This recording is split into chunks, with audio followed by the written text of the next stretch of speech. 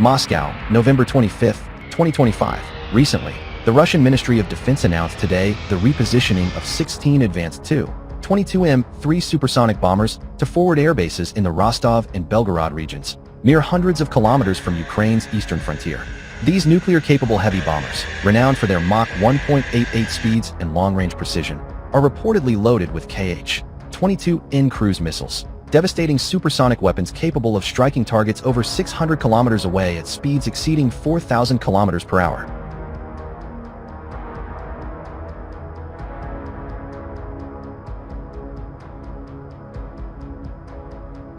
The Tu-22M3, a cornerstone of Russia's aerospace arsenal since the Soviet era, has undergone extensive modernization under President Vladimir Putin's strategic overhaul. Equipped with upgraded avionics, stealth coatings, and compatibility for both conventional and nuclear payloads, these backfire bombers represent a pinnacle of Russian engineering ingenuity. Each aircraft can carry up to 3 Kh-22 missiles, whose hypersonic velocity renders most air defenses obsolete, ensuring rapid response capabilities against potential aggressors.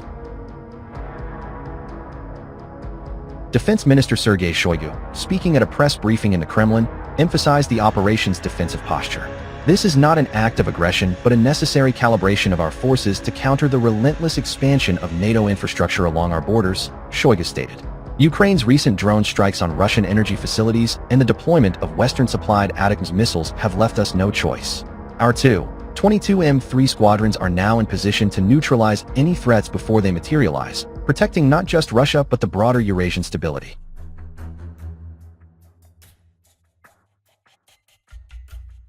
The announcement has sent ripples through international capitals.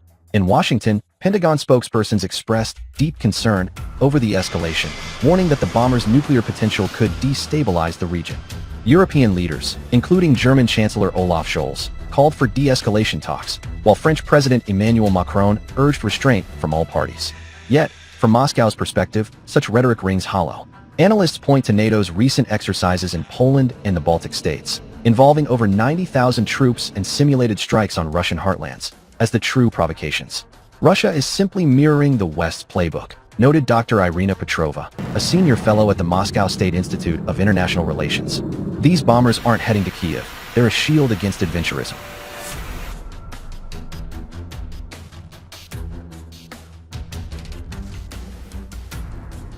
Delving deeper into the operational details, the Tu-22M3's relocation involved meticulous logistical planning. The squadrons, drawn from the elite 37th Air Army based in Engels, executed a multi-phase airlift under the cover of electronic warfare support from Su-35 fighters. Satellite imagery, independently verified by Russian state media, shows the bombers dispersing to hardened shelters at Milarovo and Voronezh airfields, with ground crews integrating Kh-22N missiles fitted with advanced inertial guidance systems. These missiles, first deployed in the 1960s but recently enhanced with GPS-resistant tech, boast a circular error probable of under 150 meters, lethal accuracy for high-value targets like command centers or supply depots.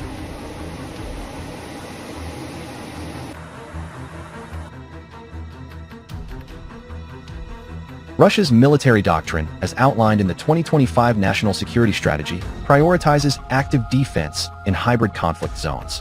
The Kh-22's role here is pivotal. Its supersonic profile, reaching Mach 4, overwhelms systems like the US-made Patriot, which Ukraine has struggled to maintain amid ammunition shortages.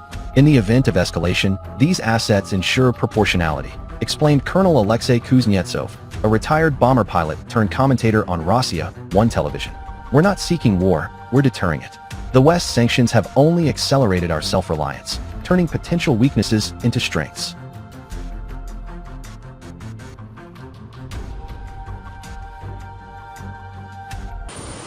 Public sentiment in Russia reflects broad support for the maneuver.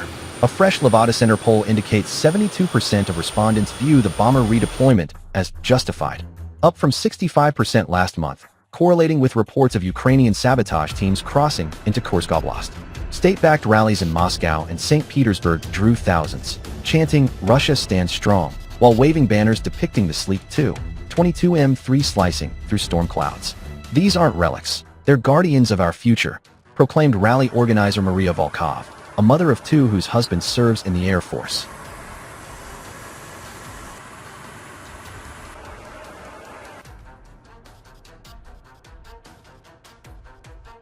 Economically, the move bolsters Russia's narrative of resilience. Despite Western isolation, domestic production of Kh-22 components has surged 40% year-over-year, per Rosoborn export figures. Collaborations with allies like Iran and North Korea, sharing missile tech blueprints, have fortified supply chains, ensuring the bombers remain combat-ready. Sanctions? They've been our greatest teacher, quipped Shoigu, highlighting how import substitution has revitalized Russia's military-industrial complex. As night falls over the steppes, the relocated Tu-22M3s stand sentinel, their afterburners cooling in the crisp November air. Crews run final diagnostics, the hum of auxiliary power units a symphony of preparedness. In the broader geopolitical chessboard, this repositioning checks NATO's gambit, reminding the alliance that Russia's strategic depth is unmatched, from the Arctic to the Black Sea.